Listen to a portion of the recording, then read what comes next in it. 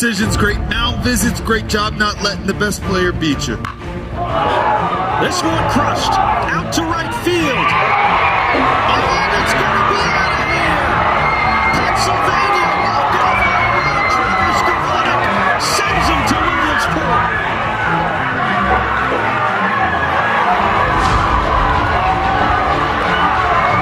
With the 37th pick of the 2023 MLB Draft, the Detroit Tigers select Kevin McGonigal, a shortstop from Monsignor Bonner High School, Drexel Hill, Pennsylvania. 2 balls, 2 strikes to Bryce Harper. Suarez delivers. Swing and a drive. Left field. It's deep. It's going. Yes! And it is gone! Yes! It is bedlam at the bank as Bryce Harper has put the Phillies on top. Are you kidding me? Oh! His 10th career home run in the postseason. And he may never hit a bigger one.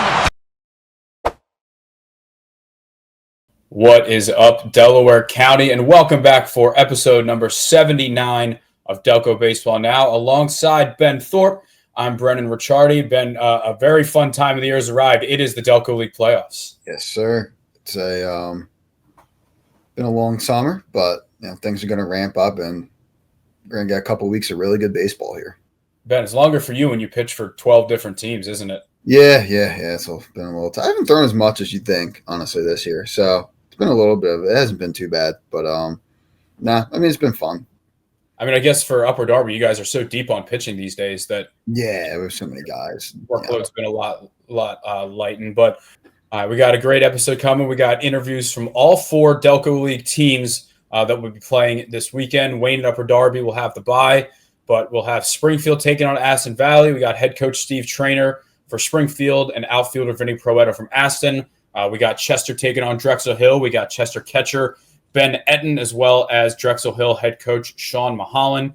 We already talked to put some feelers out for Upper Darby and Wayne interviews coming for the semifinal preview episode here. I wouldn't be surprised if someone with the last name Berman makes an appearance in that show. But for now, we will kind of just wrap up everything else that is not Delco League before we get into the finals preview. How's that sound?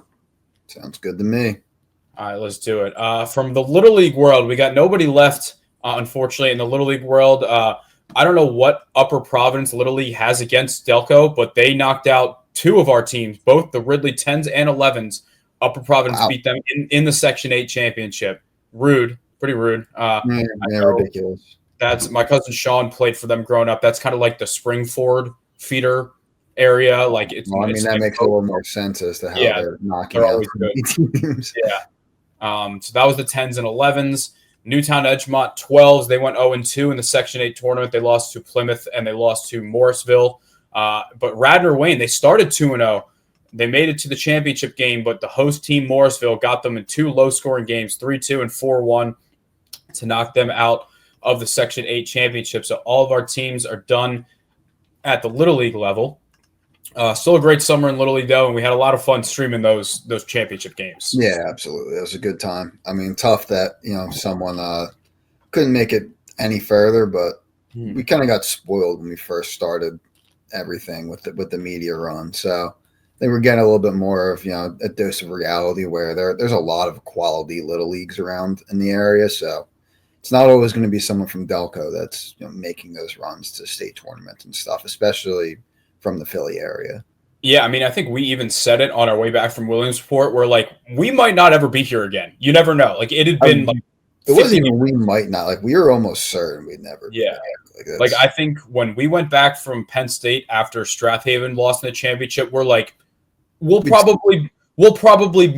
have someone make another state championship at some point. Like, that's for sure. Like that happens every couple of years, maybe every 10 years, whatever. But like Little League, you have to win an 8-team tournament, a 4-team tournament, an 8-team tournament, then a 14 tournament just to make Williamsport. Mm-hmm. Like, you're basically playing a whole summer just to get there. So yeah, congrats to those guys. Also, quick shout out, a dad on the Ridley 8U team DM'd me. They went 19-0 this summer. Nice. So shout out to the boys for that. I don't know if that was like the A or the B or whatever, but 19-0 is 19-0. 19 there's 19 now.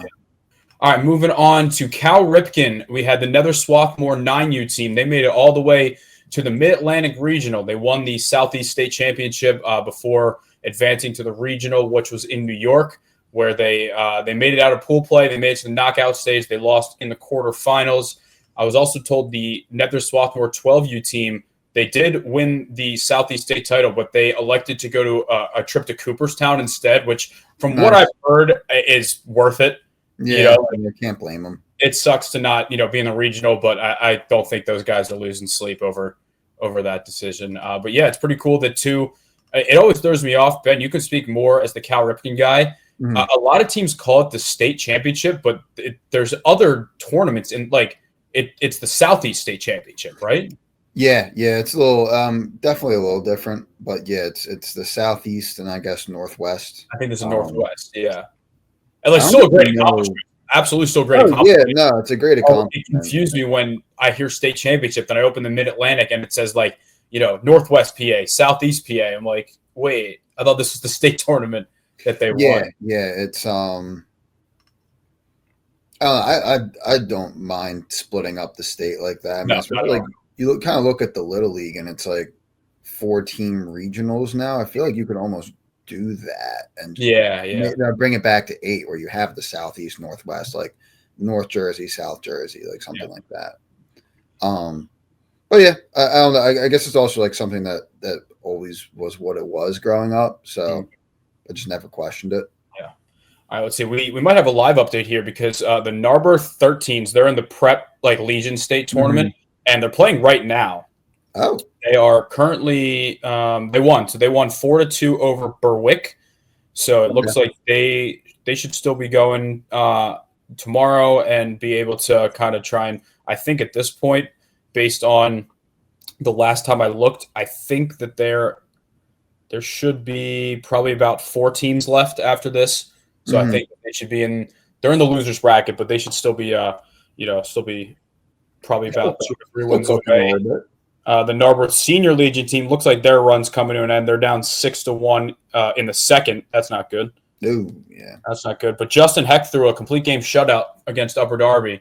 So now Brian and Justin Heck have combined for 14 shutout innings in this tournament. So pretty after what we saw with Lower Merion, I can't say I'm surprised.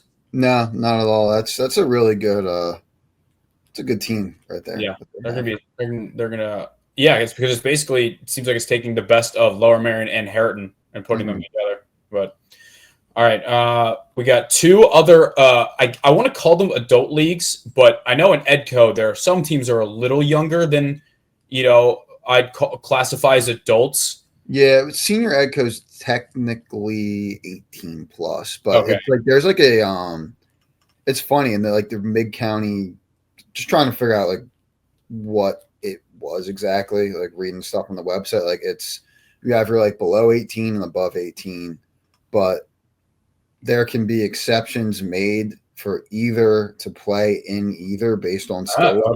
Okay. So like an older dude could play. Yeah. So so it's you grab a little bit of everyone. It kind of I like that. It's a lot closer to what like the Delco League age thing is, where you can get some in high school kids, a couple post high school ones.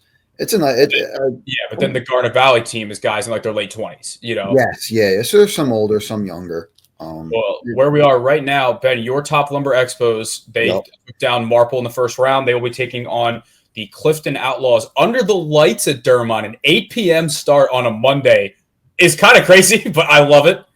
Yeah, it's very cool. Very, very cool. Very fun. It's like most games, I unfortunately probably won't be able to be there. It's been tough adding another weeknight team to an already kind of busy schedule to me, because the Expos used to be Sundays mostly.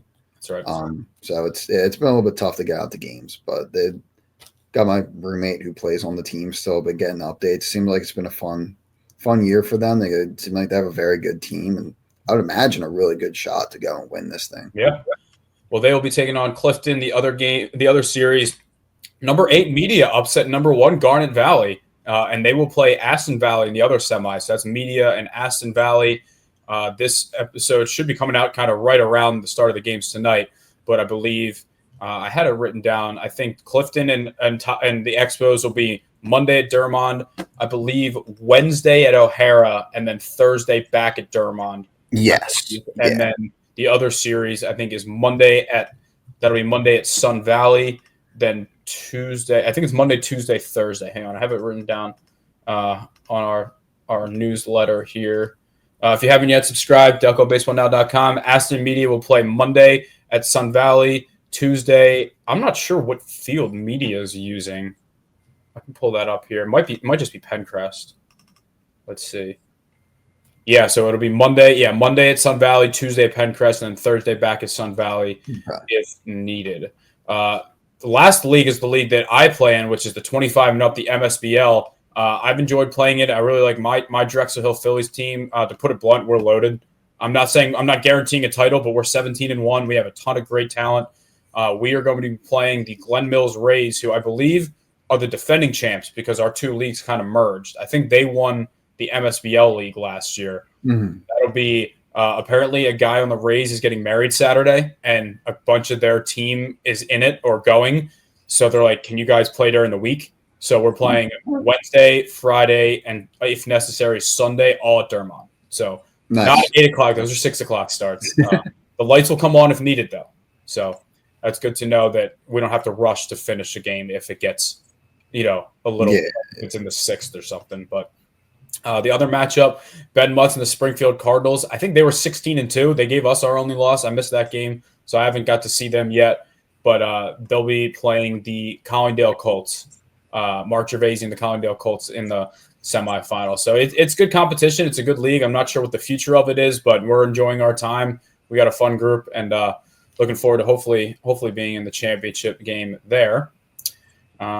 Best of 3 series as well for both of those. I think the Colts and the Cardinals play twice Saturday at Halderman and then Sunday if necessary, which is like what we would have done if it was normal. But all right, we got 4 good interviews. Ben will be popping in and out because he's got some work stuff to do, but we got 4 good interviews. So let's get started here with our Delco League playoff preview by welcoming in Aston Valley outfielder Vinny Proietto.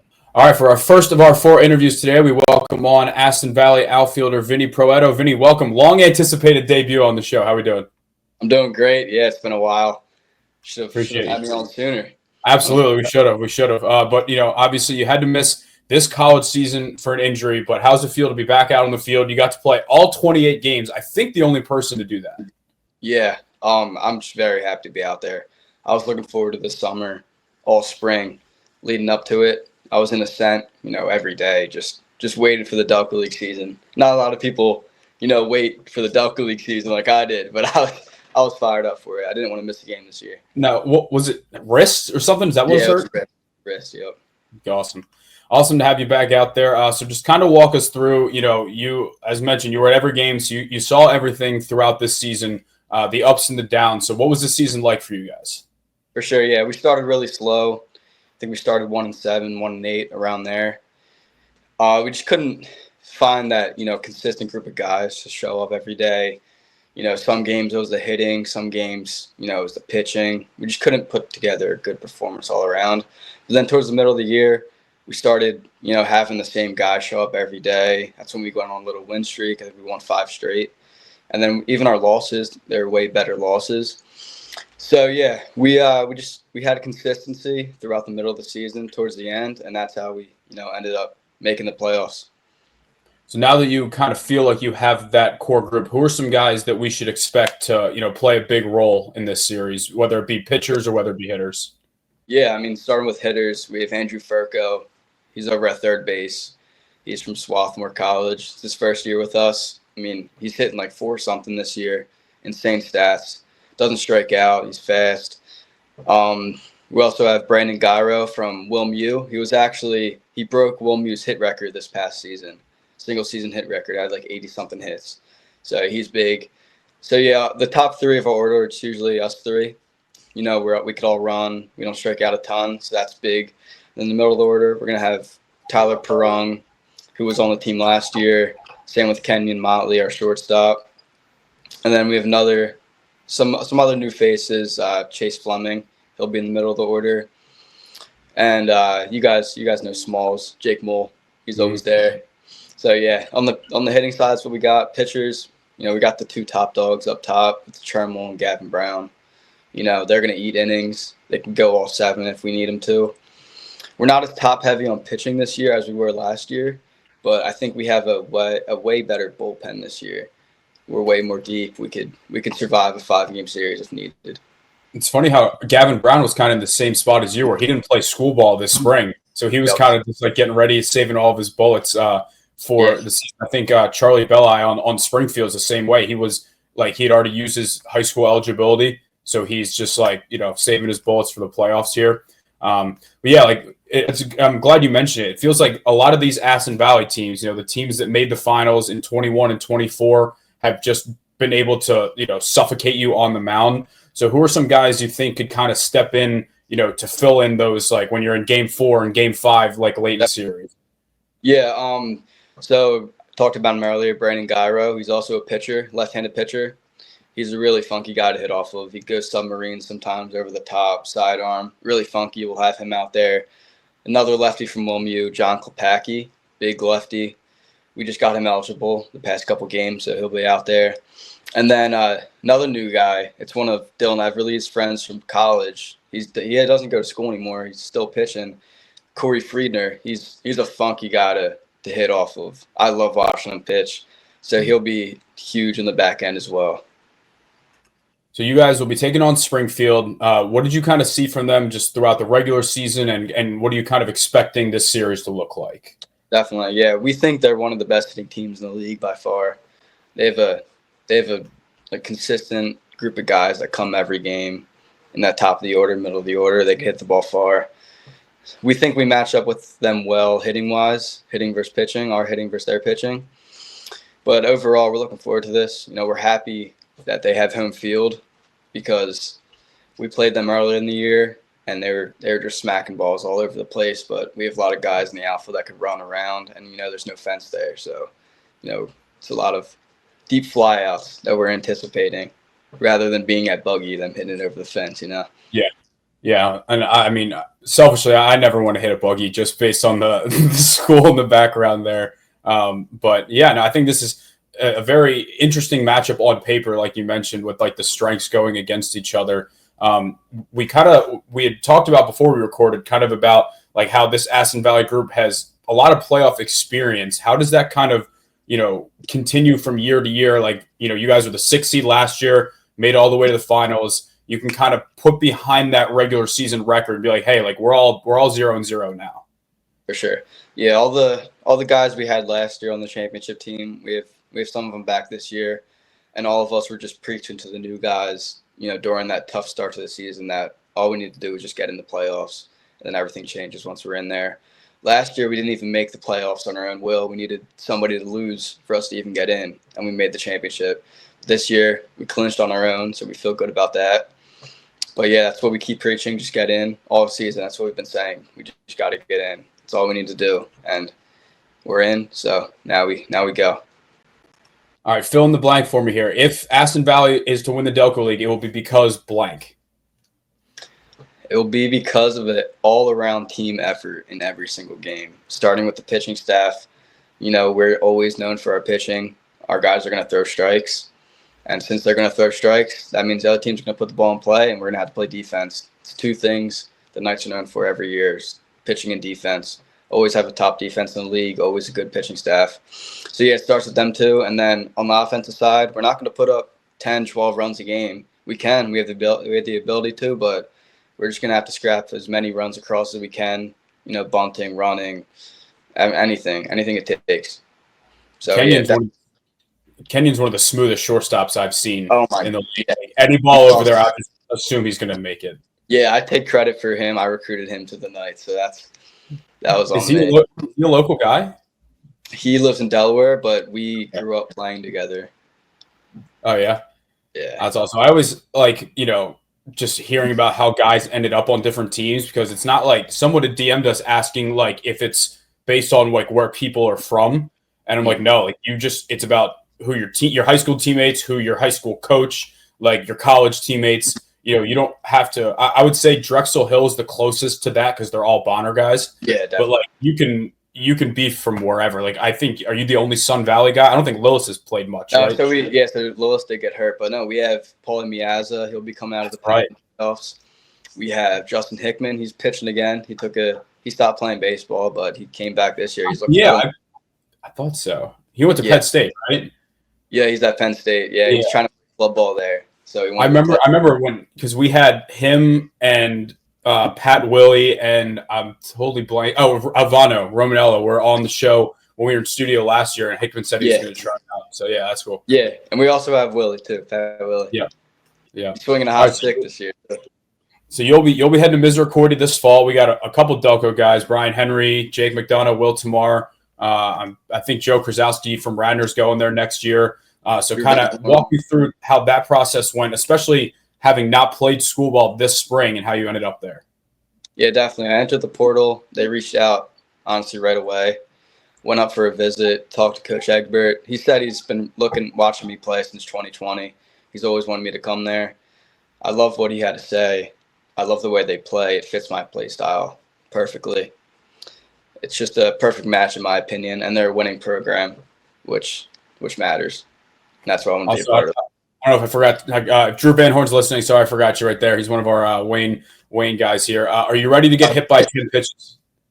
I'm ready. I'm expecting them to get hit by 30, honestly. You got an elbow guard ready to go? Yeah, there we go. Yep. There we go.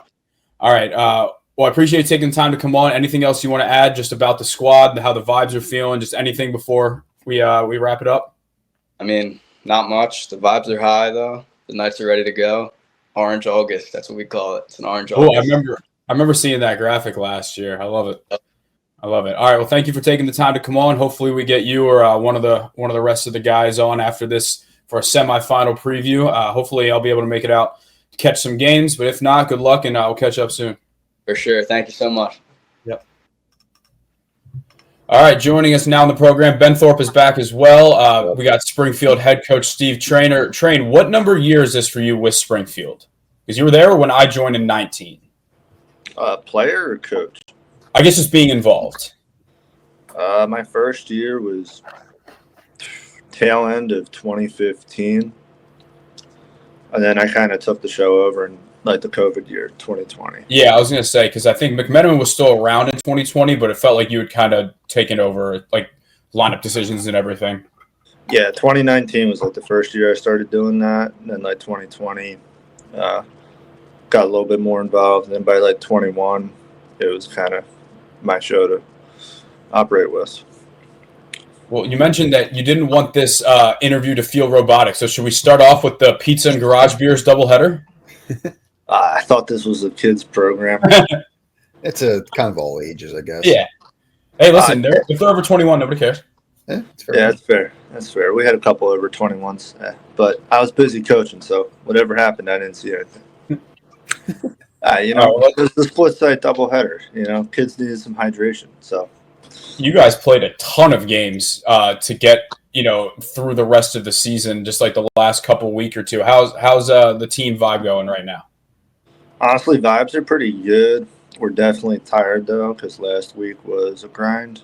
But honestly, from a player perspective, you kind of want as many ABs as you can get before playoffs. So what can you kind of just tell us about this group? I mean, I saw the offense firsthand. The one game, or actually 2 games, where I was the coach for Wayne. You guys put 18 on us in one of those games. It seems like you guys have been swinging bats well all year. Has it been kind of a consistent lineup, or is it kind of just a bunch of moving parts you're trying to figure out? One thing I will say is, for me at least, I'm pretty big on continuity. Some of the better franchises usually have, the Upper Darbies and Waynes, they usually have a good mix of the same 5 dudes there for probably 80% of the games. And I really feel like that's a strong recipe for success. So this year was probably my first year since I've ever done this, where we actually have multiple guys that broke that 20 games played barrier, which makes it real easy for me when we're building the roster. And then putting a lineup together, it's really easy when you have a good idea of who's going to be there every day. plus it just helps from like an offensive standpoint, vibe standpoint, just, you know what I mean, familiarity with each other, and just getting after it. Who are some of those guys that kind of stepped into being those regulars this year? Start with Sammy Dennett's, third-year guy. He was at Mount St. Mary's this year. He's been in the middle of our infield, either short or second, just kind of flipping them back and forth. And he's been to like 23 out of 28 games, and he's played his butt off defensively this year. And he swings a decent stick as well. But having a strong middle is a good recipe. Aiden Pearson had perfect attendance this year as a first-year guy, which you very rarely see anymore in the Delco League. So he's 28 out of 28. Utility guy, plug and play wherever I need him. It's just good having those guys. And Owen Yoder was like another first-year guy. Played 75% of the games. So having 4 or 5 guys there that you can like rely on and know what you're going to get helps a lot. And as for the pitching side of things, you kind of mentioned how you have a lot of different options. You don't have to give your full strategy away, but who are some guys that you kind of expect to be part of this this first round in some capacity? I mean, Ahern, obviously.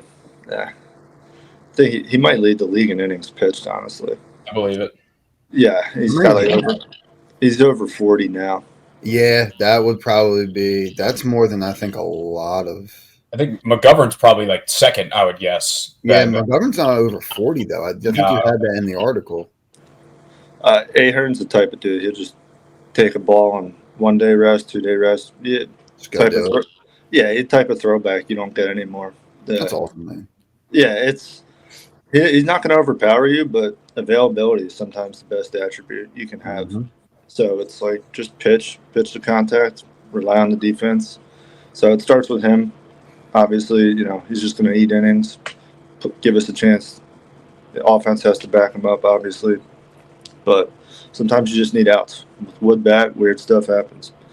Right now, I can announce that we're going to start Mohollen game 1. So Jack Mahollen's going to be a game 1 guy. And he was a pretty late addition to the roster, correct? Yeah, we picked him up like end of June. Got 4 starts out of him. And he made both ends of a doubleheader yesterday to get eligible. And I've known Jack since he was a freshman in high school at Marple when I was over there. So he's got some big game experience, Carpenter Cup, districts, Marple States. He's been through it, so I don't think the moment's going to be too big for him. He's going to be going to Ben's arch rival, one of like 20 guys who plays for Catholic. Yeah, they've really taken over Delco recruiting. It's kind of crazy. Yeah, not sarcastic. I think they'll have double digit next year. Well, they have to, because they're adding Mahalik, another guy, Charlie Belli, on your squad. I don't know how to pronounce his name, Pete Bazone or Bazan from Malvern. He'll be there. Bozo's going there from Malvern. Yep, Gus Wright from Lower Marion will be there next year too. It's just, I don't know. I guess they just found Sammy and they're like, we want 10 more of that guy. Yeah, they struck gold pretty early getting like Sammy and Ruman for that first year. I guess they maybe just kept going back to the well. They picked up Bateman. Yeah, that's right. Yep. So they've kind of found a good recipe, and it goes back to familiarity. Get a bunch of dudes that are comfortable playing with each other, and good things happen. Yeah, we were talking with Sean Mohollen earlier. It's like half their guys played together in high school for Bonner. So for having that type of comfort with Train. So you've been the JV coach at Malvern for 2 years, 3 years? This past year was my second year. So how, what have you kind of learned from there that you can kind of take to this summer? Because you are the JV head coach, correct? Yeah, and did the Florida trip with the varsity as well. So got to see how Freddie operates firsthand, and we're involved in all the practices and stuff. So I've been exposed to the culture, and I take what I can and bring it to the Delco League. I do have a couple Malvern guys, so when I do drop a few things that come from Malvern, they're like, it's a Freddieism. So I'm like, I try to take little bits and pieces. Some of the things from Malvern that we're big on is just like score first, and try to get a big inning and throw strikes, and that's what I try to preach to these guys. Score first, put scoreboard pressure up early, pitch to contact, limit your walks. Good stuff will happen. Is Cole Kirshner eligible? I saw he popped in a couple games. Yeah, Kirsch is eligible. We got him. He was dead. Funny situation. So he moved to North Carolina after last season. Oh, wow. And he went to Limestone, and then they obviously closed down, unfortunately. So he was looking for a new home, but he had a summer ball plan set up with the Myrtle Beach League that usually finishes third week of June. So we were talking early, like, just get your games in and we'll be good to go. So he's a maniac, and he actually is commuted from Wildwood. That's crazy. I think, Ben, our Upper Darby team, Tom Derr would come from Wildwood just to pitch. Yeah, he was doing that. Yeah. Is Kirshner going to – did he find a new college yet? His Instagram bio says Southern Wesleyan, so that's where I assume he's going. No idea where that is. It's right outside of Clemson. It's like 15 minutes from Clemson. That'd be fun. Cool. Yeah. All right, so Train, you guys are playing Aston Valley. What did you kind of see from them in the regular season, and what are you expecting to see from them in the playoffs? I mean, Aston Valley, a lot of history with that franchise. I mean, you go back to like the mid-2000s or like 2010s, like they had a really nice run of like 6 or 7 championships. I don't know the exact number, but it always seems like they're in the mix with it. Obviously, they were the finalists last year as well. So it's a nightmare first-round matchup, I'll be honest with you. Definitely not who we want to see. They have a really good club. Their record's really misleading because they have a ton of talent. If you look through their roster, it's pretty much a lot of Wilmington University guys and some holdovers that they've had throughout the years. So they're really dangerous. They do a lot of stuff very well. It's going to be a really tough matchup. I could easily see it going 3 games. I could see us losing in 2. We'll see. Is your team ready to hit at the gauntlet that is Sun Valley High School with that white school in the background? We have played a couple games there. It's definitely a challenge because it's going to be – we played 2 weekend games there, but you're going to be on a weeknight. So it's going to be a challenge. It may not go our way, but that's why tomorrow is more, really important. I asked the same question to Sean Mohollen. What does Vegas have as your over/under and ejections for this playoff run? Because I remember, I don't know if it was a playoff or regular season game, but I remember one time you told whoever the ump was to ring you because you needed to fire up the team. I believe I have 3 or 4 to my name now. I've been pretty well behaved this year. Actually, yesterday was probably my worst incident. But you see, we're on the right track. I would put me even money at 0.5. I like that. That's a good line. Yeah. Playoffs get the tie. Yeah, you can clip that one. I would. The problem is I don't have any assistant coaches, so I'm a one-man band. So if I get tossed, it's going to be a player-run operation. So I'm going to try to be on my best behavior. Who would be in charge if you were to get ejected? Who would you trust to run the team? Oh, God. Might have to call my dad like mid-game or something. Good old Rick. Hey, Rick's won multiple EDCO titles, so I trust him. Yeah, I'm actually pulling double duty. I'm running the Expos tonight in the Mid-County. Oh, you're running the Expos tonight? Will you be there, Ben? Yeah.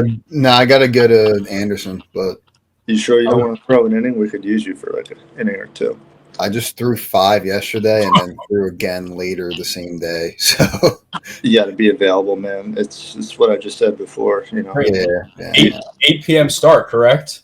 Yeah, 8 p.m. at Dermont. That's a legendary setup. It's like Monday Night Baseball. That's what I was saying. You guys should be doing for the Phillies. We play. I think I think the problem is the lights are pretty low. And people complain that they can't see fly balls too well there. But yeah, all of our home games are at Dermont. They're just at 6. Okay. And also, we mostly play Saturdays and Sundays anyway. Yeah. That's still. I forgot that everyone complains about everything in your league, but Yeah. Oh, dude. Cedar showed us some of the group chat texts, man. ridiculous. Oh, they're brutal. They're brutal. Oh my God, that league is. Although I have to say, we're 17-1. We're feeling pretty good going into the playoff. I got you guys like minus like 35 to 1. That's a heavy. Don't sleep. That Springfield Cardinals team's pretty good. They're 16-2. They gave us our only loss, so that could be a fun championship. Ben Mutz is on that squad. Yeah, you run into Ben, and he's got the knuckleball working. It might be a tough matchup. Yeah. All right, Train, fill in the blanks here. If Springfield is going to win the Delco League championship, it will be because blank. If we're going to win the Delco League championship, not a small miracle. What would you say would be the reason why? Upper Darby and Wayne find a way to lose. We find a way to pull this out. But if you really want like an actual baseball answer, play good defense first off, limit strikeouts, put ball in play, create pressure, and just have fun. All right, last thing. Give me an X factor. Give me someone who might not be like, quote unquote household name, like somebody that you think could kind of, break out this playoff run. You said him before, Charlie Belly. Sleeper. He didn't pitch at all this year for high school. But going before that, he's got a pretty good track record in high school. We've only used him a couple times on the mound just because of workload and ramping up. But him and Ryan Wooten would probably be my two X factors, guys that we haven't really used much due to workload and stuff. But they've got the high school history where they've shown the ability to pitch in a big game, and just hoping they can fill and throw some zeros up for us and give our offense a chance to get in there. All right, offensive side, Kirshner. Nobody really saw him much this year, so if we're gonna win, it's gonna be on him. No pressure though. He'll be all right. He came through last year against Samurai, so. Oh yeah, he did do that. Who was it that had the 19 pitch at bat when you guys faced last year? Shella. Okay. Yeah. Who was pitching? That was. Yes. Yeah. Oh, that's right. Yeah, because I remember following on Game Changer. I think I texted both you guys. I'm like, is this legit? Like, did somebody just mess up Game Changer, or did this kid just draw like 20 pitches in this at bat? No. That's like a $250 AB because like 12 of those baseballs went into the woods. Oh my God, yeah. That's awesome. All right, Trent, anything else you want to get off your chest while you're here, or just get ready to go? We're ready to go. It is what it is. Regardless of how it turns out, 16 wins in the regular season, it's something normally you wouldn't see from our club. So, any of those high school guys listening out there, we're on the up. All right. Sounds good. Appreciate your time. Hopefully we get to chat with either you or someone else from the squad before our semis preview. Absolutely. I'll catch you guys. Yep. Thank you. Appreciate it. All right. Thank you to Vinny and also Springfield head coach Steve Trainor for taking the time. Ben, what are your thoughts on this series here? It's going to be a good one. I think Springfield's got a really strong team this year. On paper, I think just based on like the results of the year, what we've seen both teams do, I feel like Springfield should have a good shot to win this, but I've seen Aston win a lot of playoff series, some that they should have, some that they shouldn't have in the past decade that I've been in the league. Enough to know that they're always a strong team come playoff time and a very tough team to knock out. Do you have a prediction here, or is that bad juju as a player in the league picking other matchups? You don't want to give both. Yeah, I was gonna say it might be a little bit of bad juju. All right. Don't pick a winner. Give me MVPs on both sides. MVPs on both sides. So, oh man, I gotta even look back. I'm gonna say, let's see. Trainor kind of alluded. I'm gonna give our DBN intern Mark Zuppo some love here for Springfield and say that could be one. I'll say for Aston Valley. I think for Aston, maybe one of their. Who's the kid that? So I'm good friends with Aston's coach Dylan Everly, obviously, and there's one kid that he was saying everyone just kind of loves him. Andrew Furco. That's gonna be that's who Vinny. Yeah, that's Yeah. Vinny mentioned him. Apparently, he's a study plays at Swarthmore. Yeah, he's a good hitter. I'll say Gavin Brown turns in a good start in one of his two pitching performances. Yeah, that's a fair. I know for Springfield, like Petey Crespo has had a really good year at Rider, playing D1 ball. I think he's a guy you got to look out for, coming into the playoffs. Steve also mentioned Pat Ahern and his ability to like throw as much. So he could be a guy who we see multiple times this series. Yeah, depending on how it goes. So. All right, our second set of interviews, we got Drexel Hill head coach, longtime Wayne player Sean Mohollen. We also got a newcomer in the league, Chester catcher Ben Ettien. Let's hear from these guys. All right, we are now joined by Drexel Hill Ducks coach. Still kind of weird to say Sean Mohollen. Sean, thanks for coming on the show. Does it sound as weird to you as it does to me? Yeah, I still, when people ask about Wayne and Drexel Hill, like I still refer to like Wayne as us, and then Ducks as like the Ducks. So it's hard to disassociate with the team you were on for so many years. How has the transition from player to coach been? That was easy because if I ran to first base at any point in time, I would get immediately hurt. So it wasn't a hard transition, but sometimes when guys are up there pitching and I'm watching it from third base, I'm like, I definitely could hit that, like for sure. And that's part of like the grind, like not playing and stuff like that. But it's been fine other than that.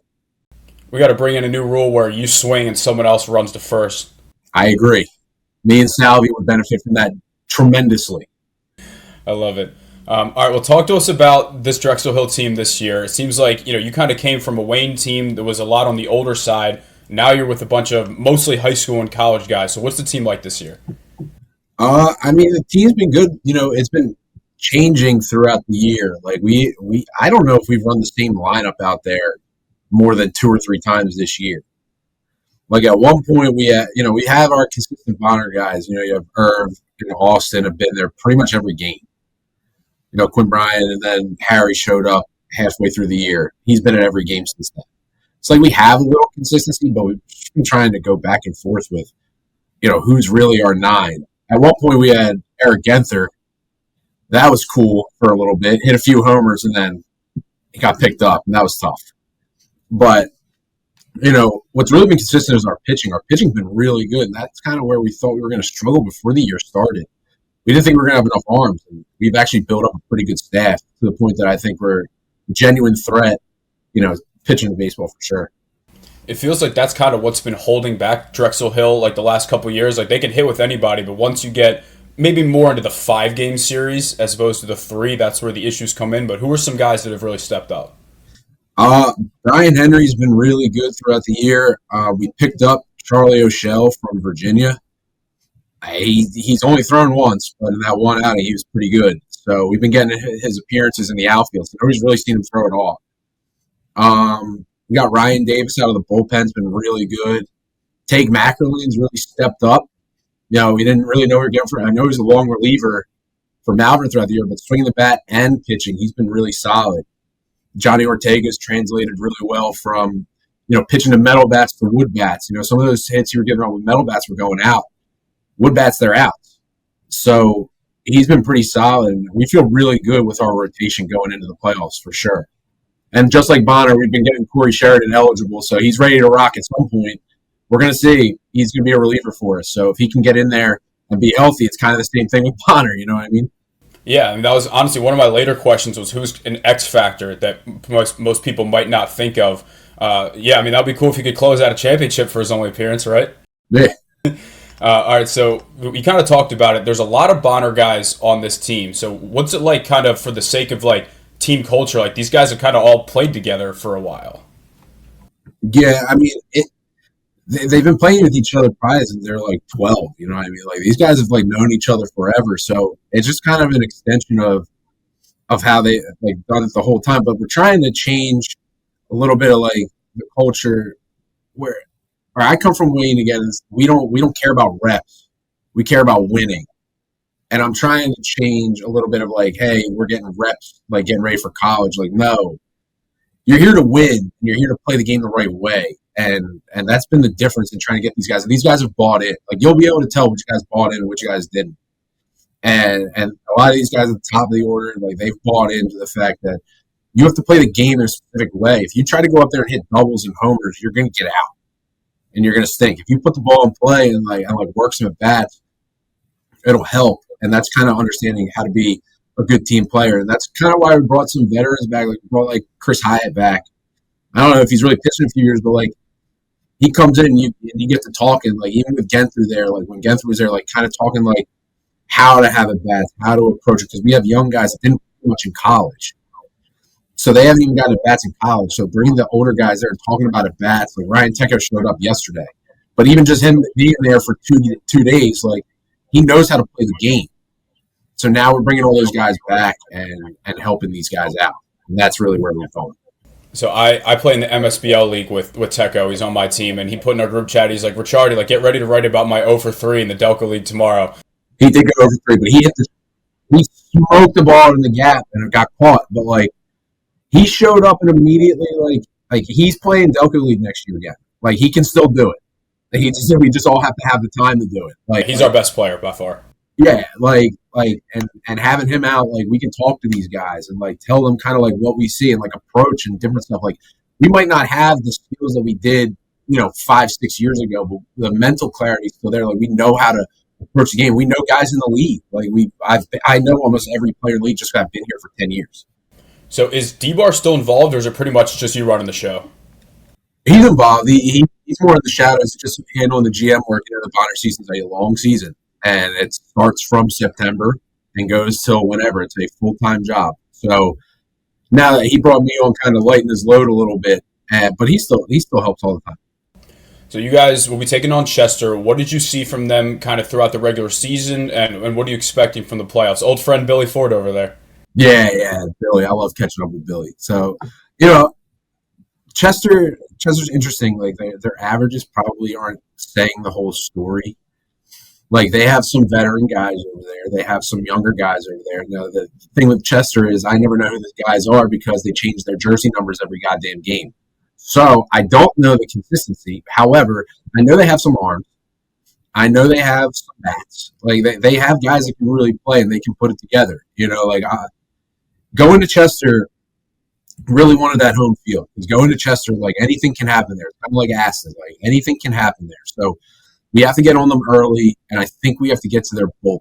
Because I think their starting pitching's really strong. I don't know how many arms they have out of the bullpen. I don't know if that Kelby kid's back. If Kelby's back, it's interesting. I don't know if he's back. He was playing indie ball. What would you say is Vegas has you at for over-under ejections this playoff run? I've gotten ejected once this year, and it depends who's umpiring. But I'm trying not to. But it depends. I know game 1 we have Johnny and Scartosi. I won't get ejected. I like them too much. But there's some umpires that it would sway the odds very, very favorably to get thrown out. I think this is when I was on Upper Darby. We were playing Springfield, and I could hear Trainor telling whoever the ump was to ring him because his team was so lifeless. So you can always pull. I'll never do that. Mine will be. I got thrown out this year because I told the umpire to retire. So it'll be earned. I definitely won't have to tell him to do it. He'll want to throw me out, but I've been trying. I've only been thrown out twice in 15 years. So I've tried. They just won't do it. So obviously, I don't believe that. Let's see. I think we are for Wayne. We're the 2 seed. So I think we could face you guys if Aston beats Springfield in the first round. So what would it be like just going up against Wayne in the playoffs? Would it just be bizarre?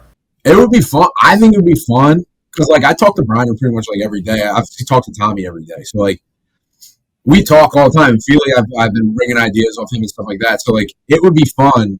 I'm sure Chuck would yell at me at some point, just from pure competitive standpoint, and I just let him have that because he deserves it. He can yell at me all he wants, but it would be fun.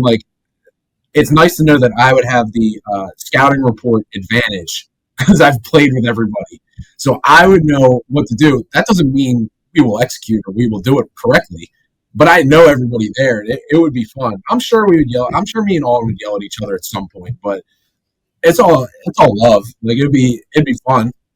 Do you think a win would get you uninvited from the golf outing?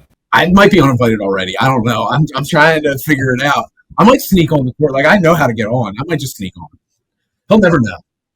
just because of how late the high school season went and all the Little League stuff. I haven't been around as much, but I show up in time to time just so they remember I exist. I run the website in the shadows, and I'm like, no, just remember when the pairings get made that I do. I'm going to go shoot a 120 and have a great time. So that's what I'm thinking. I'm hoping if we play each other in the playoffs that I'll get, like, after the season, after it ends, I'll get called over and be like, all right, we're picking pairings. I'll be like, all right, I'm in. I love it. All right, fill in the blank for us. If Drexel Hill wins the championship, it will be because blank. Because we hit. Because we hit with runners in scoring position. Because we've been awful at that all year, and my guys know it, and we've talked about it all year. We're probably hitting under 200 with runners in scoring position. If we can turn around runners in scoring position and turn those into quality at bats and start doing that, we're going to be successful. Because I would put our arms with anybody.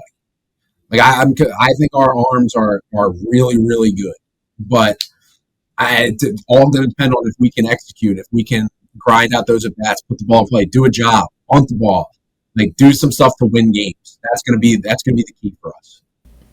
All right. Anything else you want to add while we got you here? Nah, man, I appreciate it. Yep. Thanks for coming on. Hopefully we get you or someone else from the squad before the semis as well. But good luck. And so we got Tuesday at Chester, Wednesday Bonner, and then Thursday we'll be back at Chester. Yeah. Cool. All right, sounds good. Good luck. We'll catch up soon. Appreciate it. Yep, thank you. All right, joining us for our fourth and final interview for our first round, we got Chester catcher Ben Ettien, not Etienne like I spent all of your senior year calling you here. Ben, welcome back to the show. Second appearance. Good to have you back. Yeah, it's good to be here, guys. Appreciate your time. I guess first off, before we get into Delco League stuff, how was freshman season over at Altoona? It was really good. I saw a lot of time my freshman year, which I was very fortunate. I played half of the games. Not a catcher, though, at DH, but, any way I could get onto the field, I'm just thankful and hope to see what next year brings and the years forward. Did you ever play anywhere in the field or just strictly DH? So I started at catcher, but our big first baseman went down with an injury, so they moved me over there because they wanted to keep my bat in the lineup. So I played there for a little bit, and then they just kind of moved me into DH because our starting DH, he was playing in left field. So yeah, that's kind of how it went, and then we just stuck with that for the rest of the season. But hopefully I can get into the catching rotation next year because we have a bunch of newcomers coming in, and not every spot is given, so you got to earn it. Catching is a tough position as a freshman to get time, just at any level whatsoever. But all right, Ben, we'll start off here. How did you end up on this Chester squad? Like, was there a Pencrest connection or coaches or what? Yeah, so my high school coach, Rusty Abrams, actually reached out. And I actually went to the Pencrest senior game this year, and I saw Rusty there. And Rusty was talking about Chester, and I was like, oh, yeah, I've been trying to see if I can get some time there. And he was like, yeah, I'll give you the coach's number. So I texted the coach, and he was like, yeah, come out, we're happy to have you, because we need players because, everybody's getting placed now because of college ball. But, yeah, I just went there and been playing. So that's kind of how I got on there. But, yeah, I think I'm the only Pencrest kid on Chester, though, if I think about it.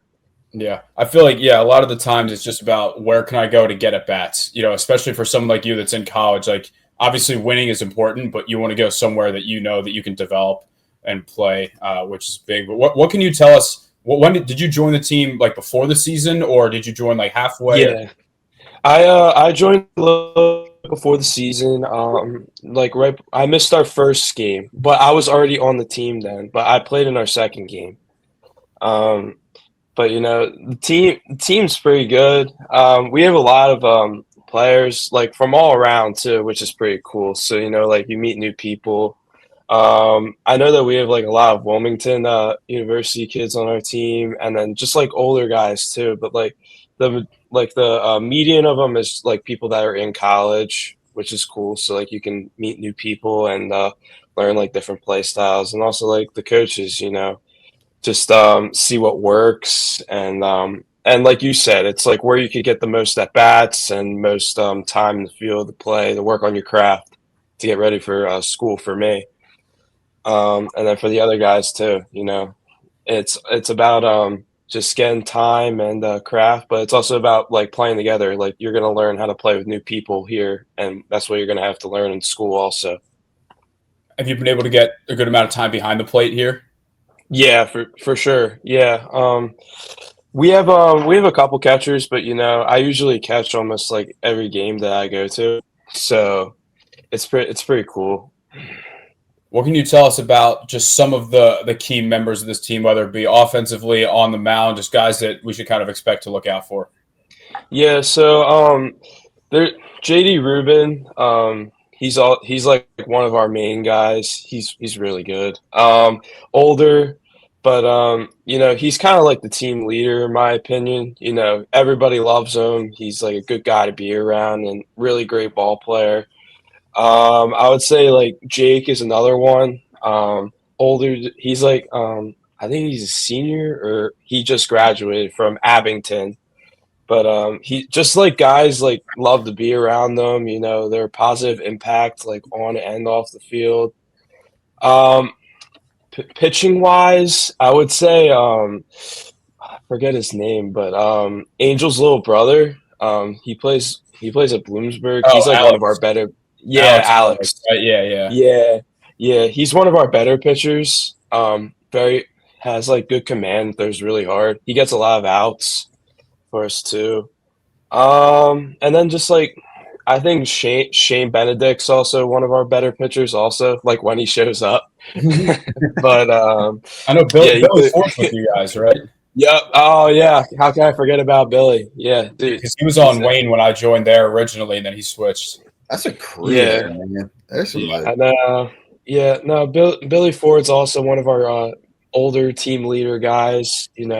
Everybody loves to be around him. He's never down. Like when I always talk to him, he's always asking me, how I'm doing and like how's school and stuff. But I never see him like angry, even if he has a bad game. Like he's always has a smile on his face, positive, always willing to help out. Like after the games, clean up the field and stuff. Just like something you want as like a leader on the team.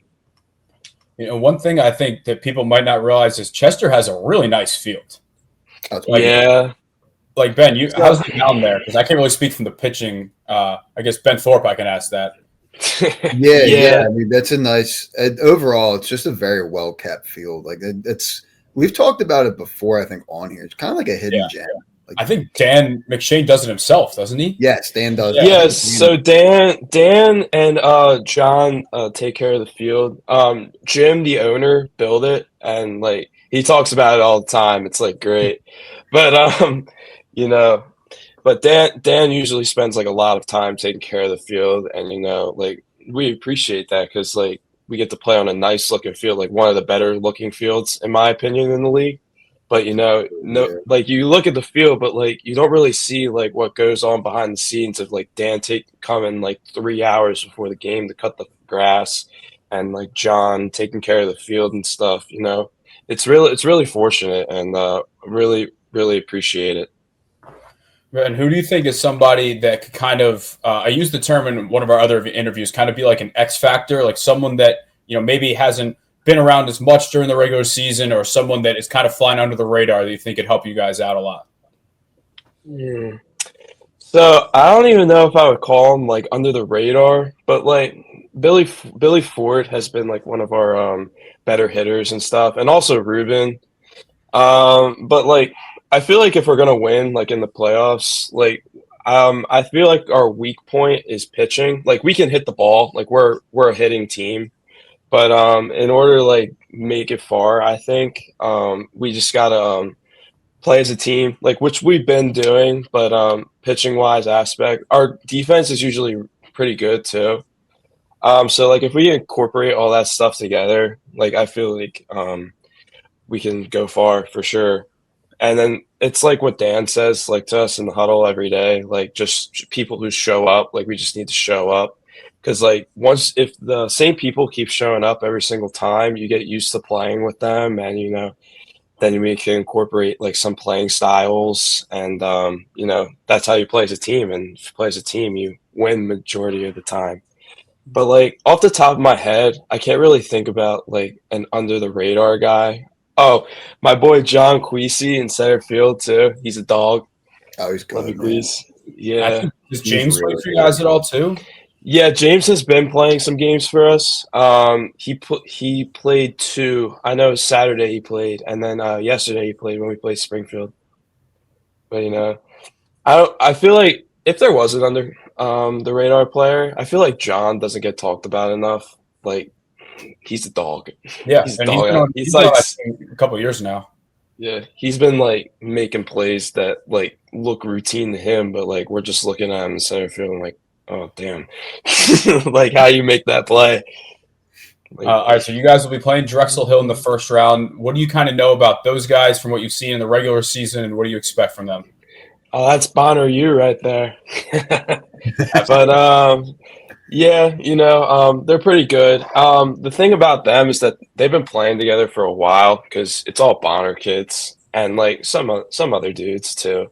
But I know that we played them like when I played. We had like an out of position game, so like they put everybody in different positions. I know I played third that game, but we like hung in there with them too. It's just that if we play like the right guys at the right time, like everybody's got to step up and do their part. And if I think we do that, I think we take care of business. Cool. All right, anything else you want to say here? Appreciate your time. Nah, roll Chester. Don't sleep on Chester.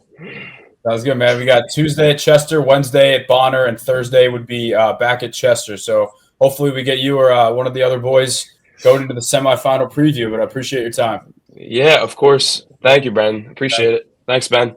All right, thank you to both of those guys for taking the time. Ben, this is a series. I feel like we've seen Drexel Hill and Chester play a couple of these first-round series. I think one of them got a little chippy one of the years.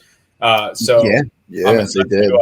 to see this here. It seems like, as we mentioned, a lot of the Bonner guys sticking together here. What are your thoughts on both of these teams? Yeah, I mean, they're both really strong. I feel like they both kind of come from a similar build, too. Like, there's no question whatsoever that, like, they can swing the bat. It's been a little bit more of what are you going to get pitching-wise. So, realistically, I think that's what it's going to come down to, like, whose pitching staff is going to show out more than the other. I know Drexel Hill has had they seem, if their regular season's any indication, they have more pitching than they did in the past. Chester has, I think, a few of the arm, like we talked about Shane Benedict, Alex Velez, two guys who they've been there a little bit. And I think they kind of have like the same staff that they have had for a while, which is honestly like a pretty good staff when they get the guys to show up. Yes, I think it's really going to come down to that. Same with Billy Ford. I know he's been on Wayne for a little while, but also like a pitcher who's thrown a ton. Yeah. And when I was thinking of people to have on from Chester, my immediate thought was, do you think Billy Ford knows what a podcast is? I feel like he has to have an idea. Yeah. I think Dan McShane knows what a podcast is. I think they both have to be like aware of the existence of it. Yeah. I just figured it would be nice to get get some like guys like Sean who've been in the league for a long time, and then also guys like Ben who are kind of just new and fresh, and know a lot of guys around the area. But also, I think Dan's aware of our existence because I've reached out to him before they had the game changer. I've reached out to him to get stats for the teams. Yeah. All right. MVPs from both sides in this series. Well, the easy pick would have been Eric Genther, but he had to go get signed by the Yankees to go ruin things. I think Austin Cannon's had a really good year, and like Sean said in the interview, he's just been there a lot, like showing up a lot. But I think I'm going to go for the MVP. I'm going to go with Tate McErlane because he's been pitching really well for them. He's also been hitting a little bit. Like Malvern was so good that he didn't need to hit, but he's been getting some opportunities. He's a guy that can kind of feels like a weapon where he can either start or relieve. So I wouldn't be surprised if maybe he like closed out like game one and like started like at game three or something. So he's kind of my pick from that side. And for Chester, I'll go Billy Ford just because I know he can hit and pitch very well. And I think that he'll make his presence felt in one of those. Yeah, I think those are two pretty good picks. I'd go with Cannon. I think he's been really strong in the middle of the order for that team. Like you said, he's just been there. Chris Salvi in the playoffs is always someone that you have to watch out for. I think he was a little banged up this year, He didn't play as much. He pitched in one of the games. Yeah, he did. But I know we saw him kind of late in the year, and he looking like he can still swing it. So always a guy you have to watch out for. I think he's just like a roll out of bed guy. Yeah, like roll out of bed and go 2 for 4 and hit a homer or a double, and you're good. Yeah, I think for Chester, look at some of the veterans. I know Ben mentioned J.D. Rubin. Pat Warrington's been there for seemingly ever. Kind of another guy hitting in the middle of that lineup regularly. I think he's a lot of experience, a guy to watch out for. I know he doesn't have many innings, but Garrett Quinn, I believe, had like a 15 strikeout game last playoff. And you know what the best part about that game was? He came in relief. Yeah. It was the game that went like 13 innings. And I don't think I've ever seen. I think it was 12 or 13 Ks in relief. Mm-hmm. Like that's just, and he throws from like a wonky like sidearm 3/4. Yeah. No, he's definitely like an X factor kind of guy, assuming he has enough appearances. Yeah, I think he does. I honestly. But all right, as mentioned, the semifinals will start Saturday. I think that's set regardless of how long this series takes. I mean, it would make ideally, unless there's a lot of rain. I mean, you'd be either Tuesday, Wednesday, Thursday, or Tuesday, something like Thursday, Friday, or something like that. As of right now, we got this quarterfinal round Tuesday, Wednesday, Thursday. Ben's Upper Darby team will host whoever the worst seed is left Saturday and Sunday at O'Hara. Wayne will host whoever the best team is left Saturday and Sunday at Devon Prep. But that's all we got for you guys today. We'll get some interviews. I'm thinking from Upper Darby, I feel like Sammy Berman is kind of the heart and soul of the team. If you want to get him, that would probably be someone to talk about the squad. I think from Wayne, I just love listening to the voice of Stephen Wells. I mean, that guy should be a nighttime radio host. So I would love. That's a good show. I would talk to him. Maybe Alden Mathis would like to do it too. That'd be cool. I'm excited to see how the playoffs go. Like I said, we will be broadcasting the finals. Our thoughts are with Dave Shapansky. Said his mom's is dealing with some illnesses right now. He's not sure what his availability is. But hope everything goes well there, and we can get him out to do some finals games and some. I think the Delco League interviews with him would be awesome. Oh yeah, for sure. That'd be definitely got some good content. Yep. All right. On behalf of Ben and myself, Brendan Ricciardi, thank you for taking the time to listen, and we'll see you guys soon.